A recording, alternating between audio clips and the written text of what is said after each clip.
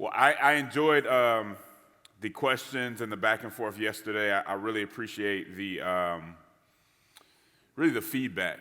But I gotta admit to you, when I first heard that I was coming to this event, it was in Kansas City. The first thing that I thought of was Gates Barbecue, and although I love Bishop Hunter, that was maybe the main reason that I wanted to come here and speak with you. But no, I always enjoy being in Kansas City. I have family. I'm from Denver, Colorado.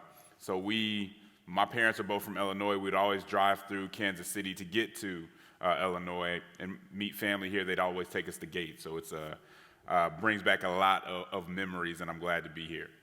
Well, yesterday we talked about how we deal with the polarization in society. I think we kind of identified that there were many reasons, but two of the reasons that we have so much polarization is a lack of love, a lack of empathy among each other, the lack of self-sacrifice that we show for people who we should think of as our neighbors, but also a lack of truth. We talked about that lack of intellectual honesty, the thought that in order to love someone, sometimes you wouldn't be true and honest with them. And so we said, okay, if we have this framework of love and truth, maybe we start to address issues a lot differently than we would address them if we were primarily ideologues. And I know there are a lot of folks in our churches. I have a lot of friends, just had a conversation about how many people have put their identity into their ideology, right? And one way to test that, and this is how I kind of test people, have you put your identity in your ideology? Have you put your identity in your political affiliation? One of the questions I ask, one of the things I can say is, can I critique or even insult your party or your ideology without you getting upset? If I can't critique or even insult your ideology without you getting upset, then I think your identity's in the wrong place, right? So even if I were to stand and say I'm, somewhat progressive on some issues, somewhat conservative on others, I've been a Democrat my whole life, there's nothing you could say about that party that's going to make me feel some kind of way. I might disagree with you, but I don't feel like I'm being attacked. And I think that's really part of the problem, and I think it blends into what I'm going to talk about today.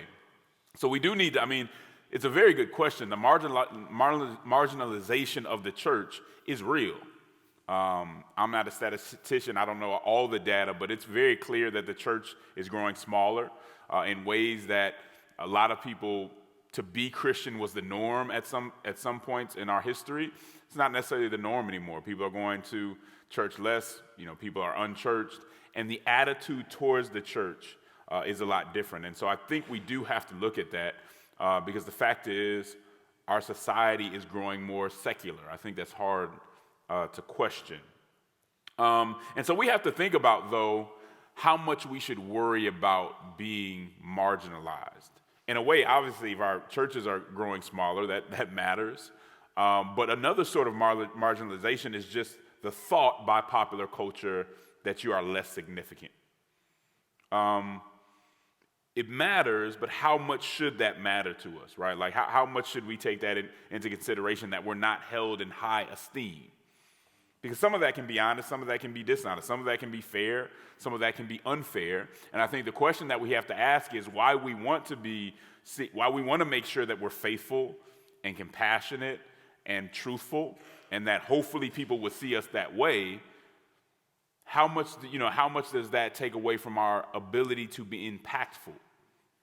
The other question I would ask is, how much of our marginalization is because of our own behavior? Are we going to treat marginalization and the way that people may see us or the insignificance that they might attach to the church, are we going to put that all on someone else? Or are we willing to take responsibility for what we've done and the role that we've played in that conversation? So again, just some things to think about. But I think when we talk about marginalization, there's two things that come to mind immediately. And I'm sure there's probably various factors, and so this isn't exhaustive. It's postmodernism, right? This is a big part of what's going on here, which is primarily characterized by a sort of skepticism about truth, a skepticism about supernatural claims, a skepticism about the church generally. The idea that we kind of make our own truth, and that when we try to place truth claims or standards on others, it's really just a power play, right? We're really just trying to control them through language and other things. Many of the things that we say are true are not necessarily true. They're just things that we use to maintain power.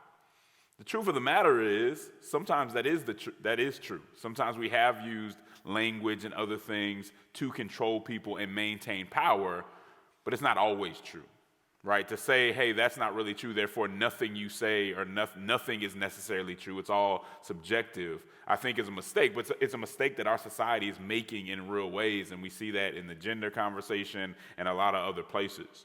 So that postmodernism is something that we're going to have to think through and deal with in a serious way. But the other side of it, and this goes in what I was saying earlier, the responsibility that we can take, is that many people have also seen hypocrisy in the church. And that's been a major part of the issue. In too many cases, the people have found that the church isn't what it presents itself to be. Right? It presents itself as followers of Christ, who we see as this loving figure that even people who aren't Christians have to say, man, that guy was pretty amazing. Even if they don't believe in the divinity of Christ, it's like, that's hard to deny that example and how different that example was. It really sticks out. But why are these people who are supposed to represent him not doing that? Now, we know, and anybody who read the Bible shouldn't have an expectation that Christians and people of God would be perfect, right? And so sometimes there's a unfair, maybe standard that we're being held to. But at the same time, we do have to take a look at the scandals that have ravaged the church.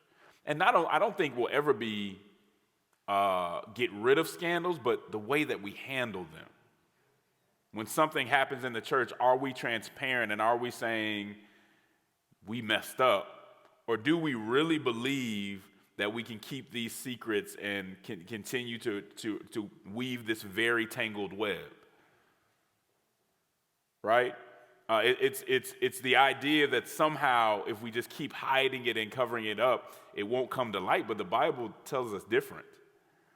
So it's not so much, and we should have obviously guardrails in place to try to prevent these scandals, but when they happen, and we can't just hide them. And that's, obviously harder said than done, but it's something that we need to deal with, especially those of us in leadership, as the people around us and ourselves make mistakes and do things that we shouldn't do.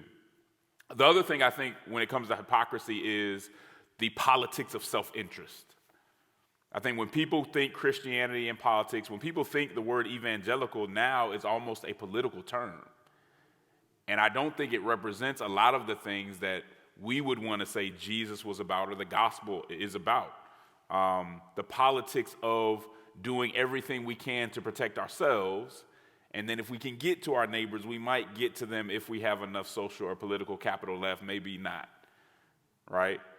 And it's a big question, and I have these debates with folks who are more on the Christian nationalist side all the time. It's that, you can create these ironclad protections for yourself, but I would imagine that when we see our Maker, he's not going to say, man, you did the best you could to protect yourself. I think he's going to say, you did everything you could, well done, you did everything you could to protect your neighbor. And that's the problem, I think, with kind of the Christian nationalism, things of that nature, and even putting all our focus on protecting ourselves. I mean, we're talking about children here and a lot of other things, so I don't want to trivialize the need for some sorts of protection, but can that be the center of our politics? And I think because people have seen that is the center of our politics, they don't see us as genuine when we talk about other things. And I think that goes right into what people see as cold-heartedness, us being very cold-hearted in how we address other people. But here's the other side of the coin, because some have answered this marginalization question by thinking we just need to be less orthodox. That it's the orthodoxy that has gotten us into trouble because people don't understand it, because they may think it's too rigid, and therefore we need to be more secular progressive in how we view things. And I would argue that if you look at the biggest mistakes that the American church has made throughout history, that it wasn't because they were too orthodox, but because they weren't orthodox enough. When the church supports slavery, when the church goes against the civil rights movement, that wasn't orthodoxy. And the reason we think it may be orthodoxy is because we confuse ideological conservatism with orthodoxy, but that was not orthodox. That was not following the Bible too closely. It was not following the Bible closely enough and placing our self-interest into things where we should have really been more self-sacrificial, right? So we do need to be more thoughtful in how we enter into some of these conversations. We need to know what we're talking about. One of the worst things that I see happen and really is really regrettable is when Christians go into conversations really just throwing the Bible at people's heads, but not knowing where the conversation is at. Not having the context and understanding where other people are coming from to even speak on an issue in a way that can be edifying to anybody. And we see that so many times. You can't walk into a conversation in the public square and say, well, this is right because the Bible says so. That may be true in a sense, but you got to explain it to where they understand it.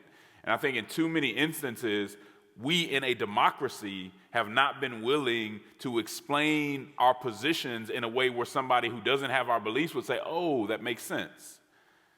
Right? It's not enough to just tell somebody this is the way that it should be. We live in a democracy. It's what we call the politics of rhetoric, which means we have to persuade people. We don't compel them, we persuade. That's another thing that I see wrong with a sort of Christian nationalism. We live in a pluralistic society. You don't get to just have a privileged position or privileged point of view. You have to persuade your neighbor. And in fact, if you can't persuade my Muslim or atheist neighbor, they shouldn't have to listen to you. Why should they have to agree with something that you didn't put the time in to explain properly? Right? If we're gonna say we're patriotic and we're gonna be in a country that's pluralistic, then we need to abide by kind of those rules and those guidelines. And I don't think we've always done that well. I think we've tried to push things through without a full explanation. And now we see, on the other hand, when other people have power, and you see something like transgender ideology, which there has not been a full public discourse on that. That's one of the problems. It's one thing if there's a full public discourse and the majority of people or most people said, you know what, you guys won that debate. The problem that I have with this mostly is that there has not been a discourse, but we have some elites that say, oh, we came to this conclusion, now you got to deal with it and get in line or else. But Christians have done that too. Christians in some way has set a precedent for that type of interaction. And so the other thing that I would say, and the way that I think we're really going to be able to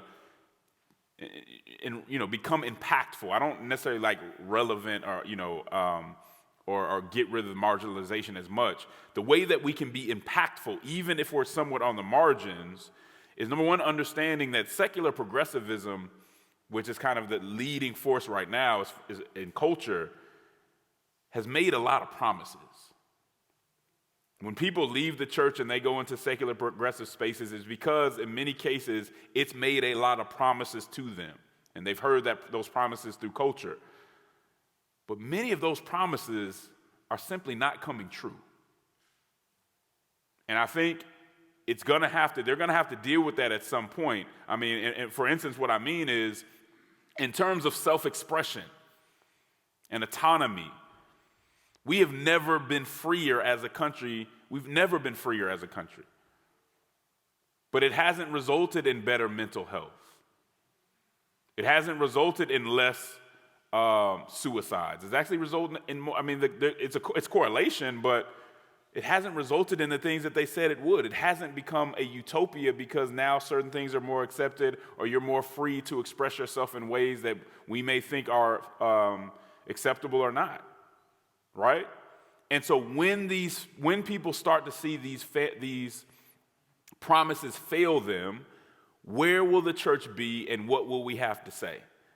Will we be already joined in on those promises, and when they crash, some of us crash with them, or will we say, not I told you so, right? But this is what happens when we try to free ourselves from the truth. I love you, let's work together to move forward. Will we be there to say that? I don't think we can do that if we become what I would call progressive light, right? And just kind of do what we can, as much as we can to fit in. And then when that crashes down and those promises don't come true, you don't really have the distinction to say, let me show you something different. And I think that's really important that we're able to do that. We need to approach things like my friend, law professor John Inazu says, with confident pluralism.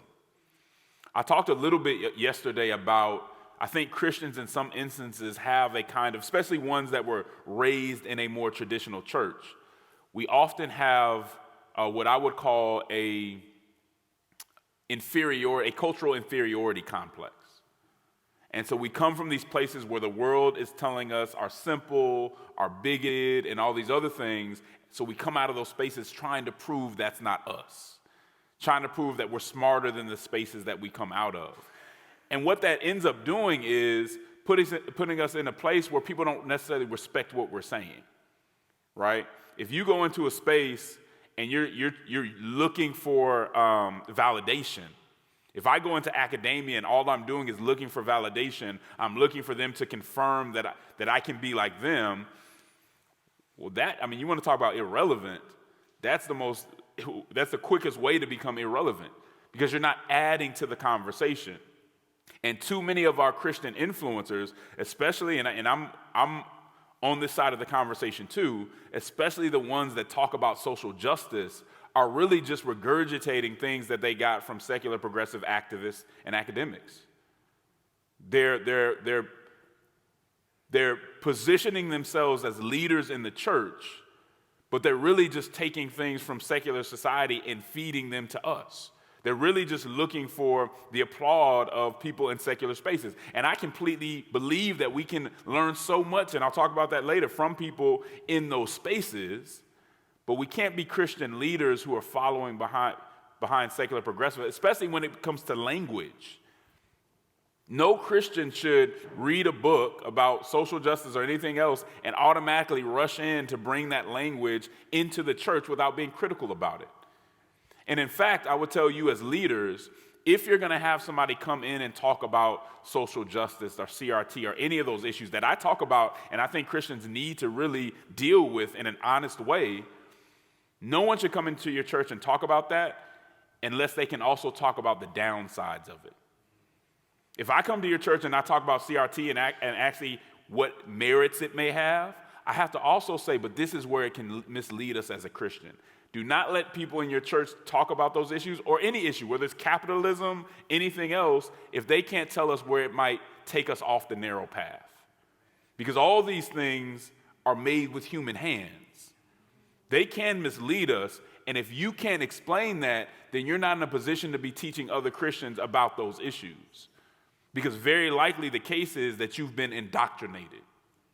So one rule that I hope you take from this is when people come and speak about those issues, and it's not just leftward issues, it's rightward issues too, they got to be able to articulate the downside or where that could lead us astray. Very important, okay? And the thing is, so we have to have a confidence in who we are, a confidence in the gospel, be willing to learn from other people, be willing to hear them out, but also be confident enough to think critically about what they're saying. The other side is we live in a pluralistic society. We live in a society where people have different beliefs, and we need to have a certain respect for other people's beliefs, right? And so that's how we kind of combine this confident pluralism, being confident in who we are, but having enough respect for other people to live peaceably, right? One of the biggest problems that I have with cancel culture is obviously that it summarily dismisses people and tries to ruin them, but maybe just as big as that is, it doesn't allow bad ideas to have a very public and democratic death. I think that bad ideas need to come into the public square so they can have a public death that everybody can see. This is why someone like Frederick Douglass did not go into the public square and say, what we need to do is try to cancel these people who support slavery. No, he said, the merits of the case are on my side. Let's debate it. I want you in the public square with me. I want everybody to see it because the merits of the case are on my side. So Christians don't need to get into cancel culture. We need to be confident in what we believe, be thoughtful and studied, and invite people into that conversation so that bad ideas can get put to the side. And we have to have enough, the only way democracy works is to have enough respect and confidence in the people around you and other citizens to believe that if you make the best case, you'll win the day. And if you don't, that's the way of democracy works. But you can't have it both ways. So very interesting. But as I talk about kind of going into these spaces, I think the Bible provides us with some really good examples of how that should look. So for instance, in Acts 17. In Acts 17, Paul journeys into Athens. He's on mission as always, and he steps into a space called the Agora. The Agora. The Agora was the marketplace of ideas. It was where the best debaters, the best philosophers, the best sophists would convene to match wits and to test the cutting edge ideas. If you wanted your ideas to spread, if you wanted people to hear what you had to say, you needed to go through this place where the scrutiny was high to get heard out. And the theories and systems that would come out of the Agora would spread across the entire Roman Empire. Some of them would influence the world for centuries to come. Some of those ideas are still influencing the world now, for better and for worse, like democracy and things of that nature. At this time, Paul was feeling embattled, right? He had just been canceled. He had just been chased out of Thessalonica and then Berea by a mob because truth didn't corroborate popular opinion, because they didn't want to hear what he had to say. But nevertheless, he was still compelled to preach it. And I think we find ourselves in a similar embattled state, right? I think we have to be careful to act like this is a bloody persecution. It's not a bloody persecution, right? But I do think we are somewhat embattled, right? It's kind of like a more polite persecution, right? Which doesn't make it okay. But even when you feel embattled, the Bible only allows certain responses. And I think what some Christians, especially on the right, are doing is they're saying, I'm embattled, therefore the ends justify the means. I need to do whatever I can do to get back on top. That is not a Christian response. And again, I keep bringing this up, that's where I would push back against a sort of Christian nationalism. I don't think those are faithful options, especially within our context, okay? So we see Paul is feeling embattled, but his confidence and boldness, I would say, are remarkable in an environment where you're sparring against intellectual giants. So he goes into this space, again, where you have the sharpest minds, and yet he goes in with a sort of confidence, right? This is a place where half-cocked, half-hearted ideas would get exposed and devoured. Like if you go into this place and you're not prepared, if it's not for the faint of heart. They don't suffer fools lightly, right? And so he had to go in here with a level of confidence, but he's unafraid, and again, he's not seeking their validation. He's hearing them, he's listening to them. He's not seeking for them to say, man, you're actually smart like us, you're one of us. Christians can't go into academia, we can't go into activism, we can't go into politics with that posture, right? It's about getting along, it's about getting to know people and things of that nature, but not about seeking validation. He is well prepared to critique that which is their unknown God. Right? He comes in there prepared. If you listen to what Paul does, he goes in there and he uses the Socratic method. That's Socrates. So what that tells us, he had studied their culture and he understood their rhetorical techniques so that he could use those in communicating with them. Right? It's okay to use some of the language, but not in a way where you're wedding the ideology behind the language. He's using it to articulate the gospel, right? To make a logical case for the gospel. And when we see Paul doing that, if there's anybody in your churches that thinks Christianity is about being anti-intellectual, this should kill, read what Paul is doing in these spaces. right? He's arguing logically. Then our Savior is the Logos. We can't be Christianity. Our faith isn't against logic. We just understand the limits of human logic, right? We have to keep that in mind. Now, Paul knows, he knows that you can tell a lot about a people, as he's going into this space, that you can tell a lot about a people by who and what they praise. So again, he's studying these people. He's trying to understand what they believe and where they're coming from. So he examines their objects of worship. Images of gold and silver and stone made by human design and skill. He's looking around him to see, okay, what are they worshiping? What's the basis and the foundation of their philosophies and their ideologies? And although idols fill their landscape, he goes in and tells them in Acts 17, in no uncertain terms, that God does not live in these temples, nor does he serve your agendas. Paul finds himself in this intellectual arena among the most studious and well-spoken Stoics and Epicureans. However, his message, his public witness remains clear and uncompromised. To be able to use their rhetorical devices but not compromise the gospel. That's important. Again, I think that what Paul does in Acts 17 is a brilliant and faithful application of the gospel that understands the spirit of the day. Understands the spirit of the day without following the spirit of the day. That again, utilizes their rhetorical devices but never strays from the good news. Can you go into a university, an academia, and learn what they can give you, because there is something to learn there, without compromising the foundation and the root of who you are? That's what we have to teach our kids before we send our best and brightest to some of the best universities, and they're ill-equipped to actually go in and learn without being indoctrinated.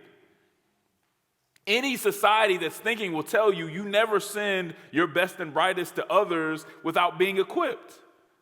It doesn't make any sense. And yet we do it over and over without that equipping. And I know some churches are doing that, but in general, for a long time, we were not doing that.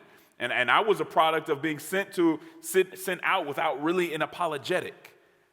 And so we see here that Paul had an apologetic that was articulated in a way that could be understood by the people that he was trying to reach. Now, the people that he's talking to, their ideas are constrained by their mental capacities, by their appetites, and by gods that they can't really even identify. But Paul, conversely, his proposition is aligned with the will of a knowable and all-knowing God. It's not just that Paul was way smarter than all of these people, but he wasn't just leaning on his own understanding. His knowledge is centered around Christ. As we venture into the public square, we have to ask ourselves, what's at the center of our public witness? It's important for us to wrestle, as I said yesterday, with the great thinkers. We need to wrestle with the Enlightenment philosophers. We need to wrestle with different sorts of economists, with political scientists and literary giants as a body. I mean, everybody's not going to sit there and read philosophy all day. But as a body and the people that we have speaking into the public square, we need to wrestle with those people. And we need to learn what we can from it. We understand in common grace.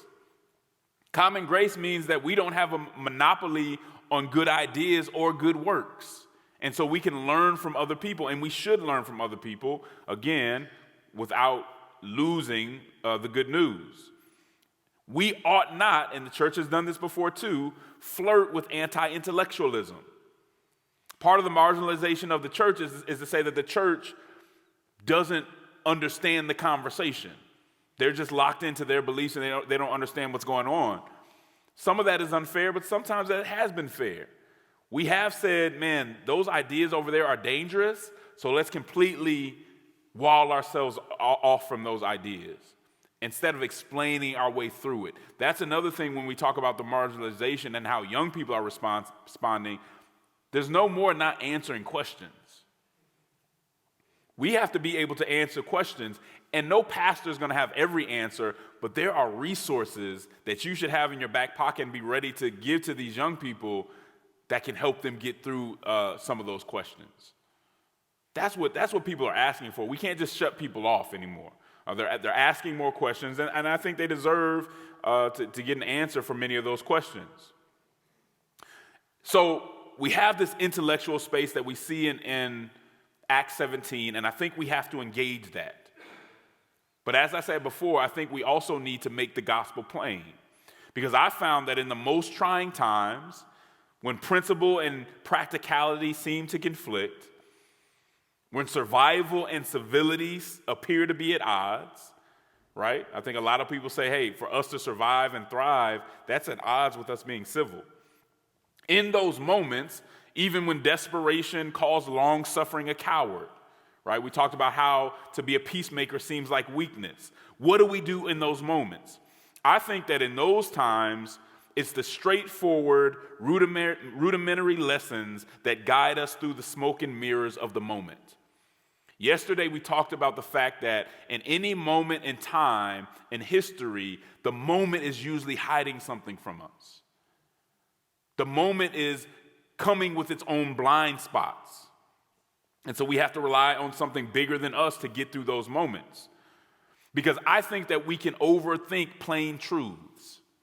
There are some very plain truths in the Bible that we can kind of overthink. And what you see on kind of the left is this idea about uncertainty. And so there's this big thing about you can't really be certain about what the Bible says. So let's not, make any judgments based off that, because we can't be truly certain that that's what that means. Now, I found that even people who say that are actually certain about certain things, right? What they're trying to do is say, I may want to affirm a certain behavior, I may want to do this or that. Let's just say that it's uncertain, that you can't tell me not to because we can't be sure about it. I think it is unfaithful where the Bible is direct and clear to act like there's uncertainty, right? And then again, the other part is they're certain about something. If you go and ask them, should I love my neighbor? Yes, certainly. You should do that. Well, of course, there's things we can be certain about in the Bible. I think there's just certain things that they want us to kind of look over. And we need to be aware of that, though, because a lot of, I think, young people are saying, well, can we be certain? Don't we all just kind of have our own perspectives? Sometimes our sophisticated methods of drawing conclusions are ingeniously convoluted, right? Like we can, one thing that I was going to say earlier today, we tend to think that when somebody is better educated, the more critical they will think. They'll be a better critical thinker because they're more educated. I can't tell that's the case. I think that people that are well educated can be just as gullible as anyone else, can kind of parrot talking points of certain influencers just like everyone else. When I have, especially on social issues, when I have conversations with some of my friends from law school and guys who have been in the academy for a long time, when I talk about certain issues, it's not clear that they've thought through the issues, right? I mean, I had a friend not too long ago who's like, of course gender's on a spectrum, and what do you mean, of course? Explain that. You're saying because a certain messenger or a certain group of people has adopted that's true, but I need you to explain that to me. But certain things become obvious when a certain group of people say it. And so what I see a lot of people in the professional class doing is believing what smart people are supposed to believe instead of actually thinking through certain issues.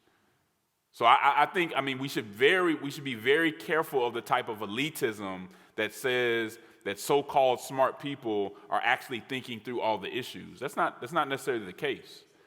We need to be just as critical as the things that come out of those spaces as we are of the things that come out of other spaces. We can make a lot of, even with the uncertainty conversation, we can make a lot of excuses and a lot of exceptions based on what we want to do. So when it's clearly time to deny our flesh or obey doctrine and pursue holiness, we begin to play coy with the authority of Scripture, right? And in our own image kind of fashion expansive definitions of love that make personal transformation unnecessary. We can never get so intellectual or take our thoughts so far that personal transformation is no longer needed. Again, that's one of the things that we learned early, those of us who were raised in the church, or even those once we came in, you learned that early, and I think we need to hang on to that a little more. Because we can become more Epicurean than Nazarene when we start thinking in that way. But again, this is no time, and this is why sometimes we need to focus on making it plain. This is no time for ambiguity when it comes to theology. This is no time to be more creative than credible. It's time to re-articulate the first principles. It's time to relearn those basic teachings that are too often obscured by our self-interest. And sometimes really what we need to do is say, "Dear Lord, deliver us from our vain social constructs and our self-serving talking points." We should understand that God, in some instances, has to rescue us from ourselves. And one of the things that I would say about the uncertainty conversation is it should be obvious to us that that's pretty much exactly what the serpent was doing, right? Can you be sure? Is that what was really said? So when people say that, I'm like, it didn't occur to you that that's exactly what was happening in the garden and exactly what led to the fall? It's sort of ironic. But I've noticed that gospel hymns and old-fashioned spirituals can serve as much-needed reminders of the foundational principles that we never needed an advanced degree to interpret or understand. And again, education, logic, all those things are important and should be pursued, but there are certain things that are basic that we need to pay attention to. The truths that are sometimes barely visible from kind of ivory towers can be glaringly obvious and instructive in the lowlands of our humility. A lot of these songs were tirelessly repetitive, but not vainly repetitive. They drove home the point. They may not have appealed to more sophisticated sensibilities, but they always made an appeal to the Holy Spirit. They always provide us with an ethic and the moral imagination that could convince civil rights leaders to march through Jim Crow's jurisdiction without sword or self-loathing. Lyrics like "Keep Your Eyes on the Prize," which is an adaptation of "Keep Your Hand on the Plow," spoke of perseverance and how God's promises liberate us from being enslaved by the threats and trials of the moment. When someone says "keep your eyes on the prize," they're not talking about a prize that you can see with your fleshly eyes. They're talking about something that you believe in because of the promises of God. Do we have that sort of vision and that sort of moral imagination? Other songs, ain't gonna let nobody turn me around. And I woke up this morning with my mind stayed on Jesus. I woke up this morning with my mind stayed on freedom, spoke of the resolve to stay on task and to overcome minor and major setbacks while centering Jesus in our every interaction. Another song continually repeats, "I'm going to treat everybody right until I die." I'm going to treat everybody right until I die. How simple, yet profound when you consider the fact that they weren't just talking about people who blessed them, but also people who were lynching them and bombing their churches. That's profound to really be able to say that and believe that in that moment. It's a penetrating exposition about how those who are committed to seeing the human dignity in everyone will somehow find the image of God in the most hostile manifestations of human brokenness. It speaks to how the only way to see God in someone who hates you is to see what's invisible outside of faith. The only way to see God in someone who is marginalizing you or mistreating you, harming you and violating you is you have to want to see it. You have to love and fear God too much not to see it. And do we have that kind of moral imagination? We talk about being marginalized, we talk about being irrelevant, but a people who can respond in that way could not help but be noticed by somebody who's seeking something better than what's offered in society today. It's the difference between wanting vengeance and wanting redemption. When we see someone who we really dislike, who deserves to be punished, who's done exactly what they've been accused of doing, do we want vengeance or do we want redemption? That's a tough question to answer. I mean, think of the person who you, in the public square, who you dislike the most. Do you want to get back at them? Do you want to see them get what they deserve more than you want to see them redeemed? That's a question we ought to ask ourselves more often. Civil rights legend Fannie Lou Hamer did it. Years after being beaten within inches of her life by the police, or at the behest of the police, for the ghastly offense of registering black people to vote, she was asked how she felt about the offender. And even after being thrashed with an iron baton for no good reason, even after the officer got off unpunished and she was fined for the incident, Hamer gave an illogically loving response. She said that she felt sorry for him because he was sick. She said that America was sick and it needed a doctor, and Christians had to be that doctor. I felt sorry for someone who beat me for no reason because he's sick. If that's not a revolutionary framework to look at people who hurt us, I don't know what is. Now, for her, did it mean that she didn't think he should get punished? No. Did it mean that she wasn't going to fight for justice? No, she tenaciously fought for justice every day. It didn't mean that there shouldn't be any consequences, but her heart was not going to be changed by what this man did to her. And if we read the Bible and we believe the Bible, then we know that only sickness would cause somebody to do that anyway. That's the explanation, and that explanation makes more sense than the idea that everybody on a certain side is completely evil and they're irredeemable. But are we willing to take that perspective? Because if we're not, then the culture war rolls on, the polarization rolls on, and we're not in a position to speak into it in a way of healing, in a way that a peacemaker should speak into those issues. We have some very serious decisions to make. Because what we saw from people like Fannie Lou Hamer and the thousands of people who did similar things in the civil rights movement and other times, that type of moral imagination is really what the church has to offer a fractured society.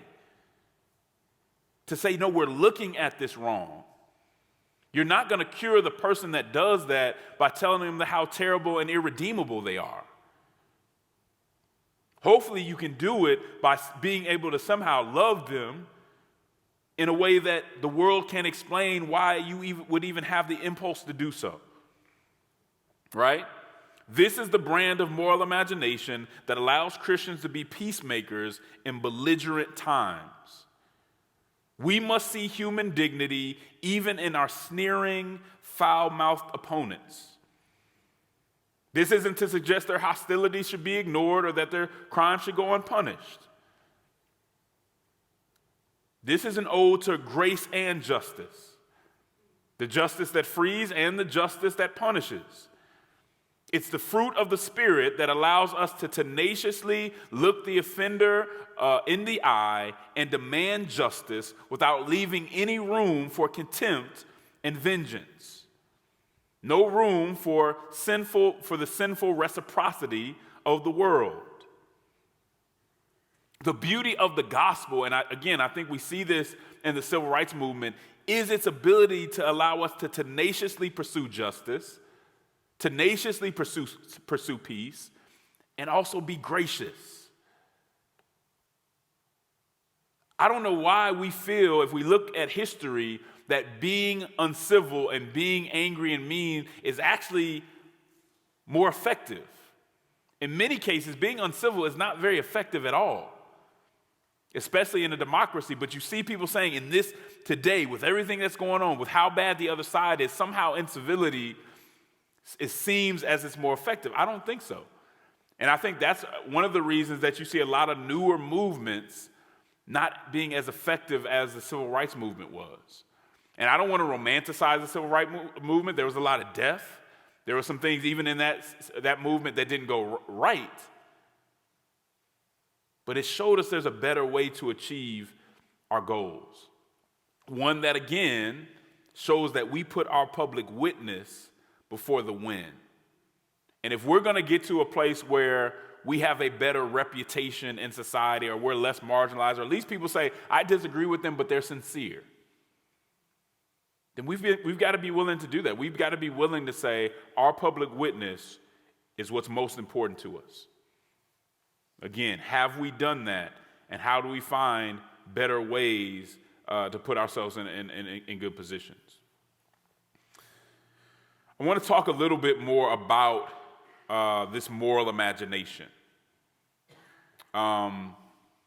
Because what moral imagination does, again, is it brings us out of a situation where we're just arrested by the moment. And I think too many Christians, because we feel embattled, because we see the mistakes of the church, we're arrested by the moment and we can't see beyond it. One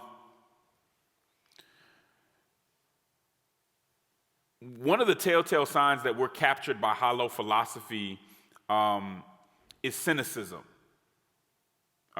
We engage politics in a very cynical way, and as I said yesterday, we start to view people who disagree with us as completely incapable of doing any good. We say that whatever decision they make from their leaders has to be to either harm, control us, or deceive us. And that's what they tell us. If they did that, one of those three options is what they did. The other place I think we go wrong and we can do a lot better is once somebody disagrees with us on an issue that we really care about, we come to the conclusion that they have to be wrong on every other issue. So if I really care about race and you get race wrong, well, then progressives will tell me, well, if they got race wrong, then they got sexuality wrong, they got sanctity of life wrong, they got everything else wrong. No. I need to critique each one of those things on its own merits. Just because somebody gets the right to life wrong, just because somebody doesn't see life in the unborn, doesn't mean they're wrong about every other issue. And when they bring up another issue, that issue needs to be critiqued, just like the other issues the issue that you might be upset with. And this is where, again, I think moral imagination and how we see our neighbors is going to be very important. In order to be faithful, in order to speak into a fractured society with good news, we must move from cynicism and skepticism to moral imagination. And moral imagination is the ability to see not simply what has been historically or what is in the present moment, but what could be in the future. Moral imagination is the ability to see what ought to be. It's hope in the midst of oppression, division, and vitriol. It's not a pipe dream. It's more like the Hebrew vision of the land promised, but yet to come. It's what convinced Frederick Douglass to learn to read and write while still in chains. And when nothing in his physical line of sight indicated that he would ever be able to put that talent to use. Moral imagination is exactly what our socio-political landscape is missing today. We settle for Pyrrhic victories because we can't see past the next election cycle. We fight in churches and we lose brothers and sisters in church because we can't see past the next election cycle, and they tell us that every election is going to be the most important that there's ever been. And we can't see past it. We trade insult for insult because we don't have the moral imagination to understand that human dignity is not scarce, that we don't have to battle over it or hoard it for ourselves, that it's innate and abundant. Those with moral imagination refuse to lower the standard. It's so important. They refuse to lower the standard just to win in that moment. They refuse to lower the discourse just because their opponents have chosen to wade in the mire and the muck. I can't tell you how many people would look at a leader and say, look how he talks to people. We hate how he does that. And then 6 months later start doing the same thing. Because somehow they see that as effective, as needed. People who have moral imagination have the capacity to play by the rules even when they've taken a loss at the hands of foul play. It takes moral imagination not to have an opposition-centered public witness, and we talked about that yesterday, in a polarized environment. It takes moral imagination to see, again, what the moment is hiding from you. It reveals what's there, but undetected by conventional wisdom. Moral imagination prevents us from being enslaved by the moment. It enables us to participate in partisan politics without seeing the world from a partisan lens. Do we see the difference between that? Like, I'm not telling people you can't be a Democrat or a Republican or whatever you want to be, but I am saying you can't see the world from a partisan lens. A very important distinction. It assures us, moral imagination assures us, that there's more than two ways to solve a problem. We are presented with this binary choice as far as who we can be politically and in the public square. I think it takes moral imagination to say, no, I think there's something better than that. And I think I can strive to achieve something and find something that's much more brilliant than what I've been presented with. And I think moral imagination emboldens us to uphold timeless Christian convictions even when popular culture mocks and threatens us. When everything you see on television, when everyone around you is saying one thing, it takes moral imagination to say, no, this is actually how the world works. This is what God's design looks like. And too many of us aren't willing to do that. But what I would tell you and what I would encourage you is that the leaders of this next generation are not going to be the ones that are just in the church, are not going to be the ones who are just following behind secular society. They're going to be the ones, like Paul, who understand the spirit of the day, but have the boldness and courage to check the spirit of the day and to say that's not right. Leaders who are willing to be self-sacrificial in that way. And it's not easy because you lose friends and you don't get invited to the cocktail parties and you're not eligible for certain grants and things of that nature. But they have to be willing to do it, and I think it's on us to plant those seeds for them to have the courage that honestly has always marked the best moments of Christianity. It's that courage, it's the love, it's the compassion to move forward. Moral imagination is produced by faith. And moral imagination affords us the vision necessary to build a better civic space, even when the prospects of doing so seem bleak or irrational. Sometimes it's irrational to think that my people have been in slavery for hundreds of years and we actually might get out if I work hard to do it. Somebody could easily say that's not logical. But logic has never been enough, right? We don't base what we believe on logic. It's logical for me to say, okay, my people are missing this resource. I should just go over there because we're stronger than them to take it. That's logical. It's not moral, nor will it get me through the tough times that all indications show me that those times won't change. And so we need to rise above that to have moral imagination along with being thoughtful and things of that nature. I think moral imagination, and I'll start to end here, gives us the capacity to see and understand what we have in common with people who are taunting and offending us. And one thing I think some people in these ideological tribes do is they do everything they can to keep us divided, to show us how different we are, to show us how bad the other side is. They do this so much so that even in the church, we sometimes speak through other people instead of speaking to each other. This is why you see such a divide in the church. What I know as somebody who attends a traditional Black Baptist church, sometimes what I know of the other side and what white evangelicals think could simply be based on what I hear from MSNBC. Instead of having relationships with people to actually have a conversation. Sometimes what white evangelicals know about the black church is through Fox News. That's ridiculous that we would be speaking through other people instead of, as a church, having conversations with one another, putting down our pride, being humble, and really trying to get to the bottom of what's going on.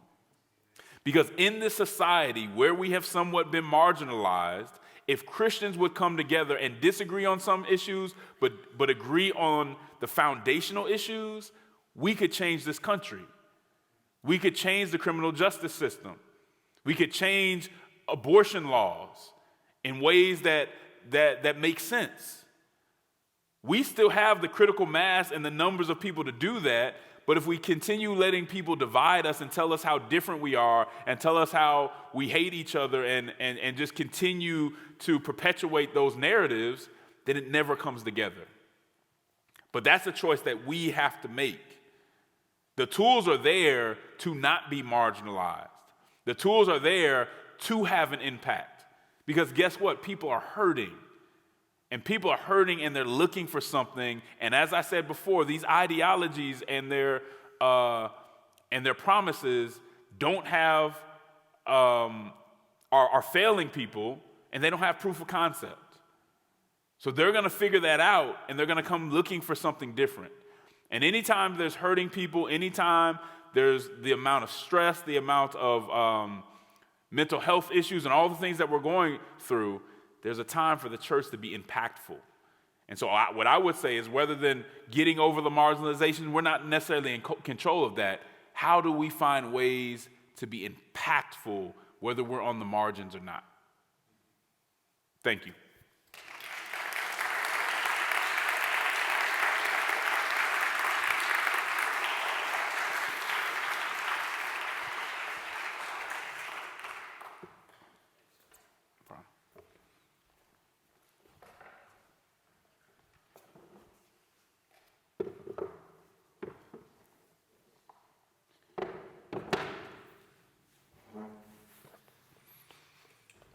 Thanks, man. Thanks for having me. I appreciate it. All right, let's take a deep breath here. Thank you so much. Really appreciate it. I'm fascinated to hear you talk, as I'm probably old enough to be your dad. I'm fascinated to hear somebody at your age and in 2023 continuing to talk about the influence of postmodernism. In the late 90s, when I was president of Vineyard Churches and transitioning into working for Alpha and thinking a lot about evangelism, and those were the early days of mostly missiologists talking to us about postmodernism and post-Christendom and that sort of thing. So setting aside, the intense discussions about epistemology and all that, say a bit more about how this really is, this sense that everything is subjective is quite a thing for us to talk about when, as you say, there are certain certainties about creation and where creation's going and the divinity of Jesus, et cetera, et cetera. So say a bit more about that as you try to engage with these conversations with people who have, just to use that term, a more postmodern point of view. Yeah, I mean, when you take absolute truth out of the conversation, then everybody's interpretation is just created equal. But it makes it hard to solve problems. It makes it hard to see eye to eye. Honestly, it makes it hard to really even come up with solid solutions because you can't even agree on what's real. So how do we solve a problem when we none of us have any common ground to agree with what's real? Yeah. And one thing that I do with a lot of the young people that I come across that are getting into this postmodernism is they still do believe in justice. So a lot of them are big social justice people. But I ask them, I say, well, how do you have justice without absolute truth? When you tell somebody to do justice, when you say, hey, you ought to treat somebody a certain way, you're holding them to a standard. And unless you have something that's unconditional, that applies to everybody regardless of their context, you can't tell me how I should treat other people. Mm-hmm. So in order to have social justice, you've got to have absolute truth. These things go together, or else there's no way that you can create a standard that you can hold somebody else to. Yeah. There's no way that you could say that somebody has the value to where they do have to be treated a certain way. And so that's the kind of contradictions that I try to point out to people to say, well, you value this, but how do you value this and place it on other people unless it's unconditional and timeless, universal? Right. You need that timeless truth. And so that's how I think we combat it. But I think it makes it impossible to have a honest, constructive debate when there's no foundation that we all have to say, no, I do have to at least account for this truth or this reality. Yeah. It makes it tough to move forward. And especially tough to say on social issues what should happen and what shouldn't happen. Yeah. You give me a flashback to 25 years ago when I was first starting to think about this. One of my main mentors in it is somebody, I'm sure you've heard his name, Dallas Willard, who was a philosopher.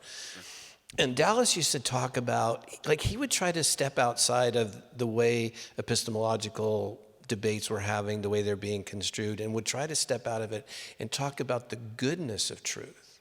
Right. That there's a goodness in actually knowing the way that things are. Like, even just knowing you got to walk down those steps, like that, there's a reality there. And I hear a little bit of that in you and what you're talking about with persuasion.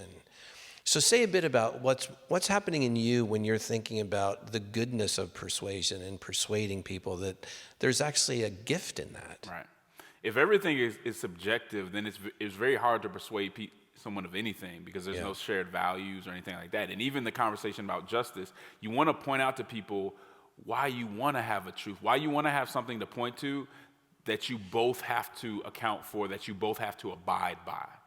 And the thing is, we all do it. Even postmodernists do that in some way or another. I think it's pointing out to them how they do it and when they do it. Yeah. You want to care for the poor because the poor have dignity. How can you say that there are inalienable rights? How can you say that there's human dignity if there's no truth? Yeah. You're telling me that So then what is dignity? Right. Or what is humanity? Exactly. And so you say to them, to prove your point, you want to hold on to truth. Mm-hmm. To actually make a case that anybody has to respect, you want to hold on to truth because it helps you make your case, but you also have to abide by truth. Yeah. Because if you don't have to abide by it when it comes to sexuality conversations, then the person across the track doesn't have to abide by it when it comes to justice conversations and how they should treat other people. You can't have it both ways, and so we have to work through that. Yeah. I'm struck also by your phrase confident pluralism, and I think you were quoting someone else. John Anazu. Yeah. Again, I think that's counterintuitive. In the kind of bullying, you're right, it's interesting. We have this sort of postmodernism on one hand and then this bullying on the other towards positions, right. Whether they might be ultimately true or not. So most of us, it's counterintuitive to think that pluralism is a good thing, or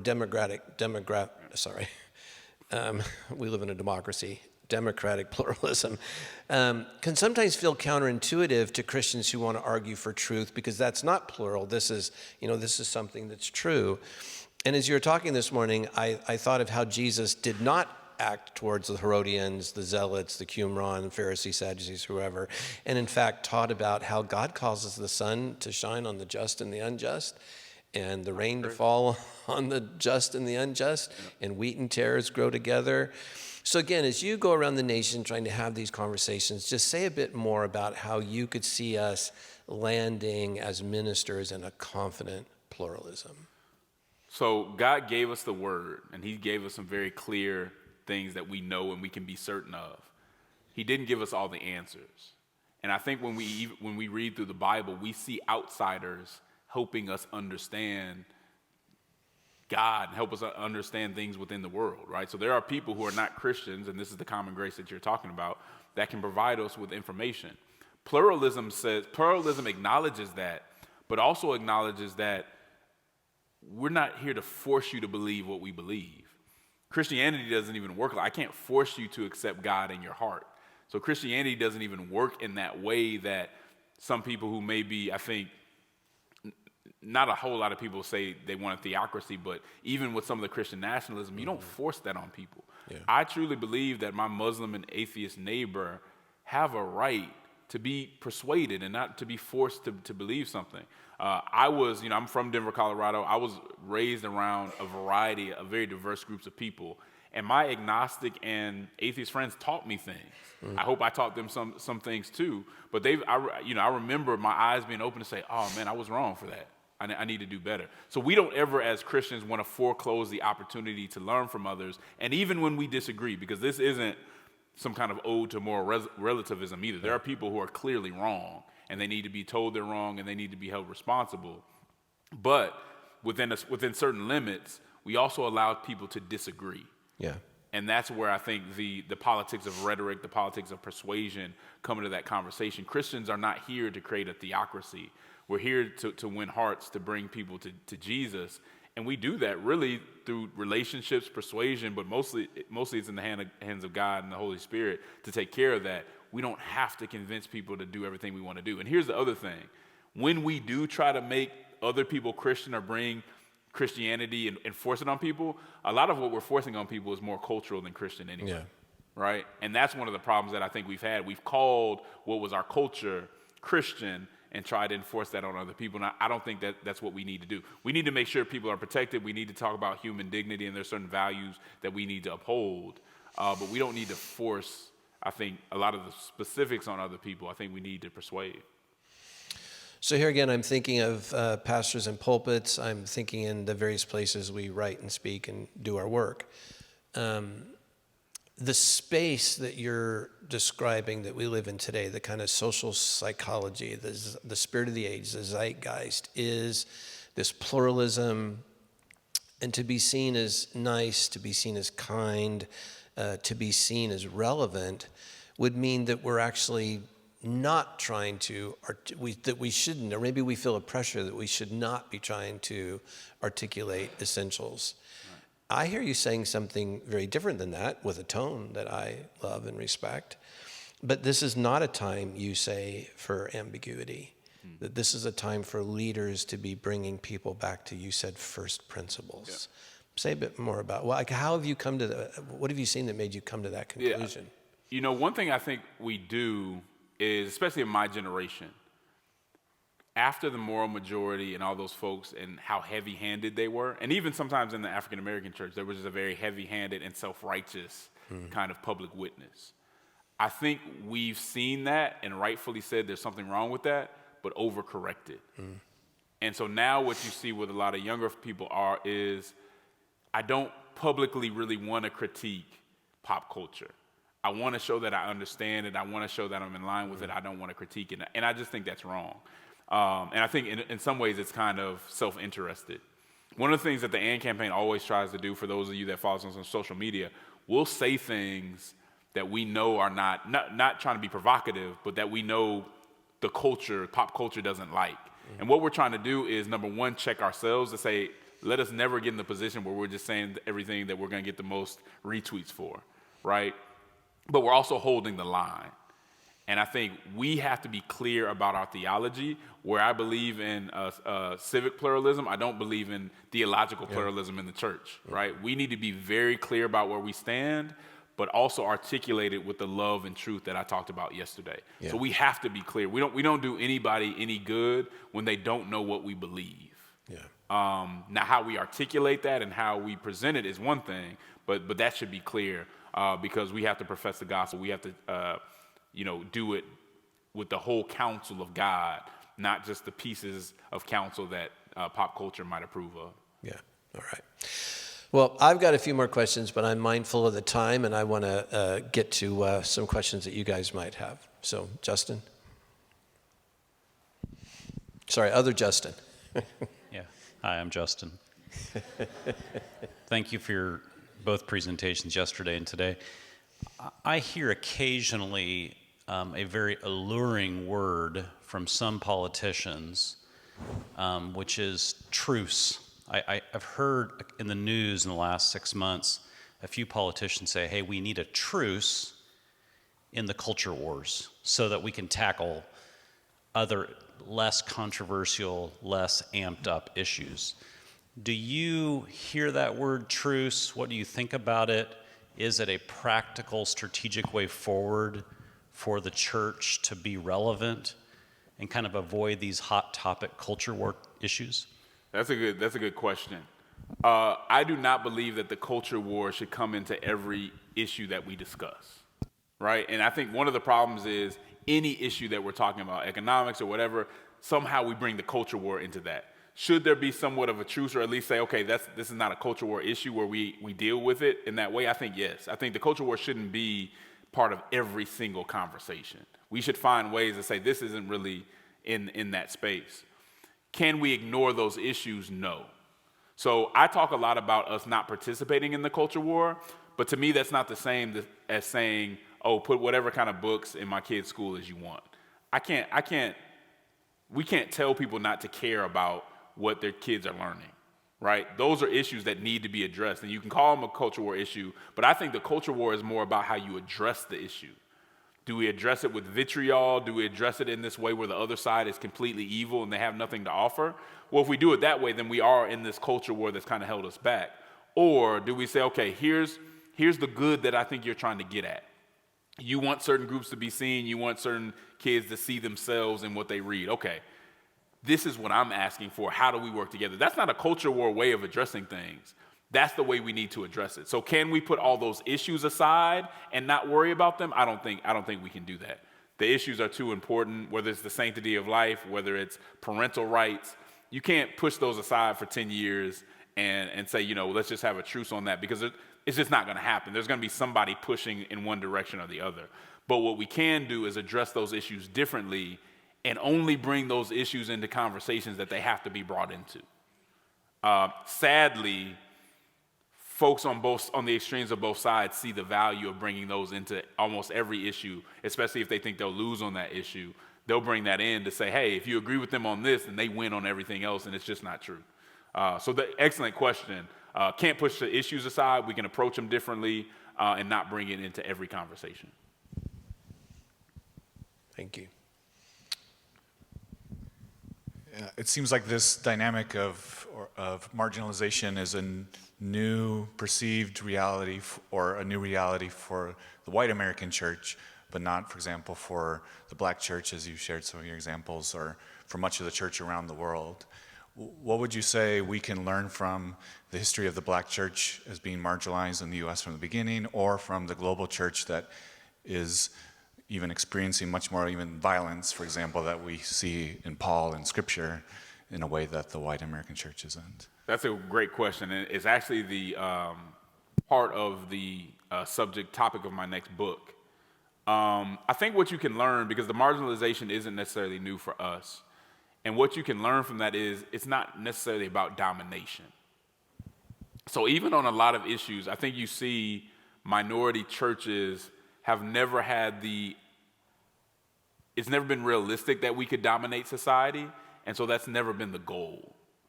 And I think majority churches can learn that you don't necessarily have to dominate. You don't have to dominate everyone else. It goes back to the pluralism. You can allow people to have their spaces and to believe what they want to believe. You don't have to force them into certain spaces. So I think that's one part of it. Say, you don't have to, if marginalization means you don't dominate everything, in a way that's purified us in a lot of ways.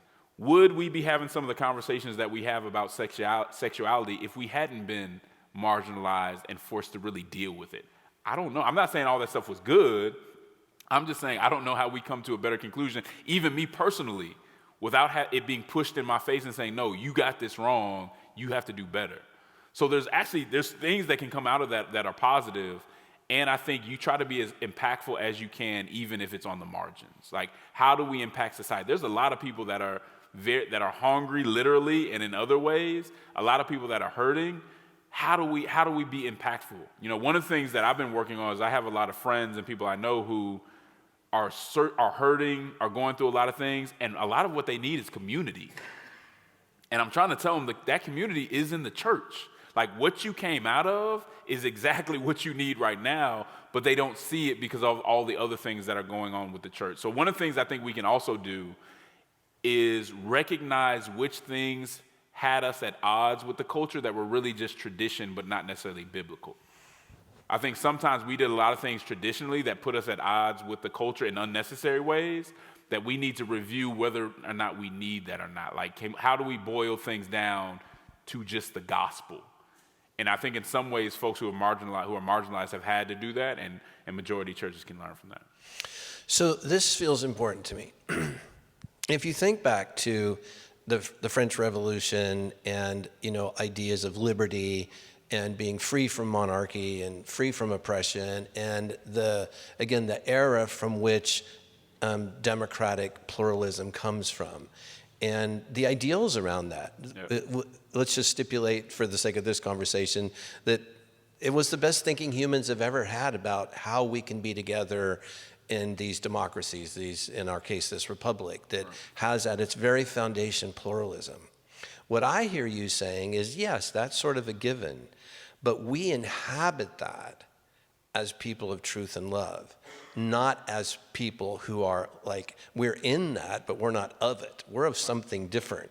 So that's the space we play in, because we have to, but we play in it from a distinct point of view. Am I getting it? No, I think that's it. You know, there's something we should appreciate about kind of a more liberal society, because if it's not liberal, if it's not open, a little more open. Sorry, Justin, time out. Some of you may be reading, there's a big debate happening right now about liberalism and illiberalism. Classic liberalism. Yeah, versus illiberalism. This is conversation for another day, Right. unless you want to take a sentence or two at it.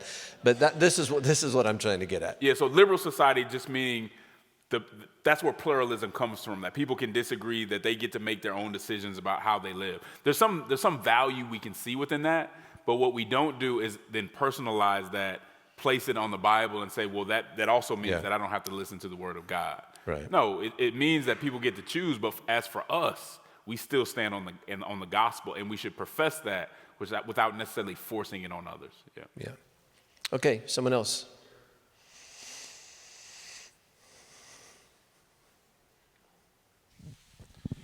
Hey, Justin, I just wonder if you could speak to the challenge of disinformation, the problem not just that what is truth, but the problem what is true. Yeah, I mean, that's a tough one, because as we see, we can look at one situation and have two completely different fact patterns of what happened. I think part of that is indoctrination. I think part of that goes back to what we say about it being intellectually honest. And so it's really tough, because I think what this comes from is us being overly ideological. So when something happens, we're already putting our ideology on top of the facts. We are seeking or serving certain ideological conclusions instead of looking for what's good and true. And that's really one of the problems with being ideological in general, is that I believe this is how the world works, and so now I'm trying to prove how this is how the world works instead of making sure that I know what is true and what is good. Do we get that? And so I think again, the best ways that I've dealt with that with people who are kind of in that space and who are doing that is to show them how much they dislike it when other people on the other side do it, and try to show them how they're doing the same thing. This influencer said such and such, so you believe it, but you hate when conservatives do the same thing and aren't critical towards their leaders or the people that are influencing them. How do you show them that you're not doing the exact same thing, that you're willing to question that? And sometimes you have to push them. That's why I said to be conservative or progressive on every single issue is intellectually lazy. No one wants to be described as that. Right, and so that's one of the things I use to say, you're not intellectually lazy, are you? Like, tell me some of the things that you disagree with progressive or conservatives on, right? Like, tell me some of the things you disagree with them on. If you can't tell me that, how do I know you're thinking at all? And so I think that same line of questioning and thinking helps people say, man, maybe I'm not thinking through these things. And maybe before something happens, like for instance, the very sad case where the homeless man was choked and died in New York. I mean, if you go on social media right when it happened, everybody knew what the conclusion was and exactly what had happened and who was to blame for it and how much time they should do or why they should get away. We didn't even know the facts. Well, it's because we already have our ideological conclusions, and it's really just a matter of applying that to the facts and making sure that we still arrive at that same conclusion. And we got to get people past that and just teach them the laziness of that and how you don't like when other people do it, don't do the same thing. Great, thank you. I really appreciated the question earlier about the way that the global church or the non-white church in America have been marginalized and have been working from that place of marginalization for a long time, and that we in the white church have a lot to learn from those churches. I wonder if you could speak to what strikes me, coming from my own church background, of the habits of domination. We've kind of acquired these habits in the white church of seeking to dominate, and we don't know we don't even know when we're doing it a lot of the time. And so I wonder if you could speak to what are some of the habits that we might want to be taking on to kind of say no to that ethic of domination and yes to an openness to this pluralism that you're kind of discussing. Yeah, I think that's a great question. I think the first thing that you have to do is understand the difference between what is Christianity, what is it really, and what is our culture. Because so many times in majority spaces, people are throwing majority culture on people and saying that it's Christian.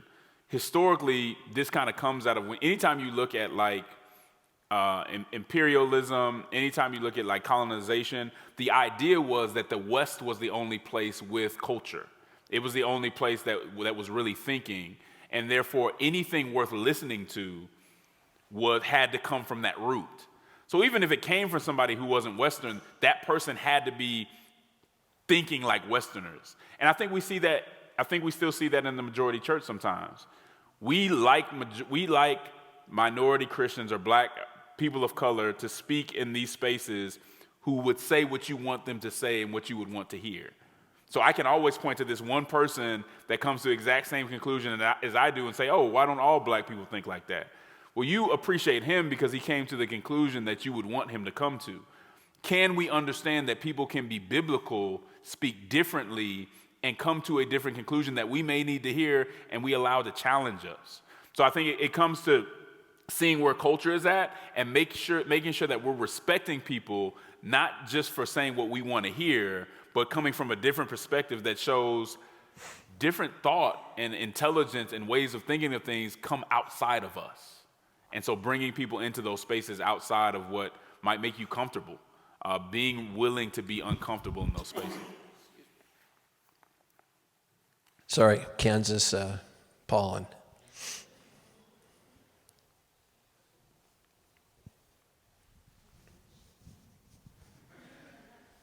Thanks for being here. Ooh, it's on now.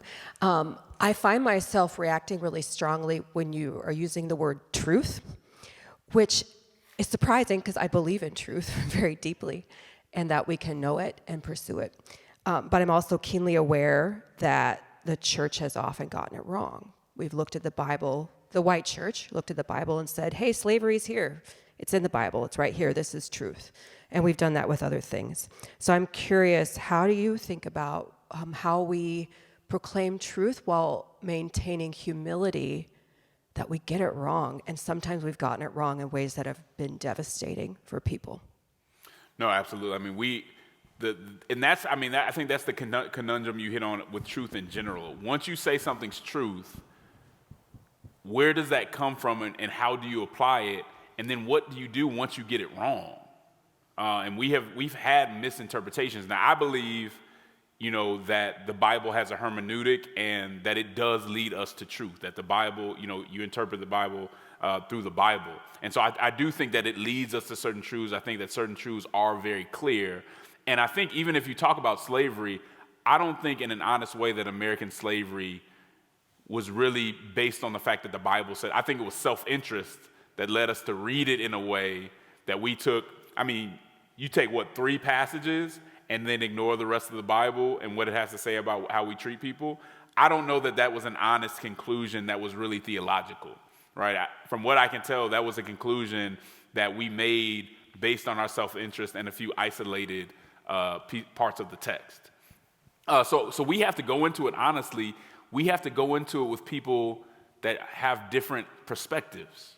And so that's why, again, the church needs each other, because there's something because every church has gotten something wrong and it's had devastating consequences. But that's why we're not supposed to just read the Bible just by ourselves all the time. We're supposed to do it within community. But even in a larger perspective, we need to do that with other people from Honduras, other places, to say, how do you all see this? I know you believe in the authority of Scripture. How do you see this? And then just have open eyes and be critical. We cannot, one of the main things about this tribalism is the worst thing that you can do in a tribe is critique yourself. Is internal critique. That's outlawed. Anybody who says, wait, I'm a progressive, but progressives do such and such, you don't see how bad those other people are? How dare you critique us when something so bad is on the other side? But how do you grow, and how do you make sure that you're not making those mistakes and continue to make mistakes if you aren't critiqued? But the other thing is responding to people who say we do get truth wrong. If somebody says we get truth wrong and we just dismiss them, well, they might be right. We need to be able to explain, no, we do get this right, and here's why we think it's right, not just because the Bible says it, but here's the practical impact, here's how it impacts others, and here's how it fits into the greater design. If we can't do that, then chances are we may be getting something wrong. And I think that's the other brilliant part about democracy. Because we could get something wrong, that's why we don't just impose it on others. That's why we try to persuade them, because that forces us to think through it. That forces us to hear the feedback and respond to that feedback. There's no bright line rule that means we're always going to get it right, but I think those things put us in a better place to feel confident that that we're on the right track and that we're respecting others, because we know we could be wrong, and that should bring humility to us as well. All right, we have time for one more quick question.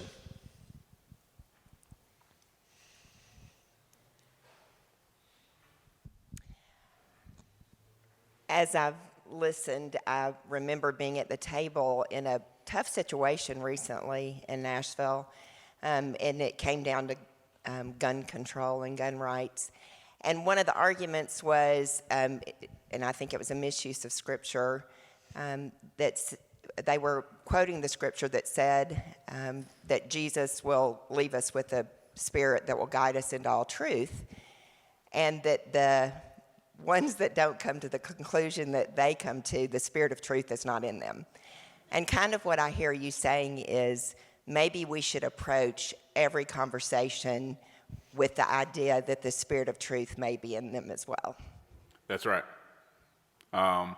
Again, if we read the Bible, you see outsiders doing good and bringing truth to conversations. Even if their ultimate conclusion is wrong on what God is or what ultimate truth is, there are things that they bring to the conversation. We see this in science. We see this in a number of different places. We have to be open to the fact that, because we've been wrong, and I think God has always kept us, should have. I think we have many reasons to be humble when it comes to those issues. So we do have to be careful. We never want to be strident, but there are some things we can be certain of, and I think we can be certain that other people have things to offer us and truths to expose, to reveal to us as well. And it's often hopeful for me to remember that this was true even with Jesus' first 12. James and John were seriously wrong about notions of power. Yep. Like wanting to call down fire from heaven on cities that they thought Jesus wasn't welcomed enough in. I mean, you can't be more wrong about Jesus than that, or Peter, or Judas, or whatever. This has been a persistent problem, which is why I love your sense of pursuing the truth, but with an epistemological humility, a tenacity, but a corresponding humility that's willing to listen to others as well. So, can we stand and give Justin thanks? Thank you.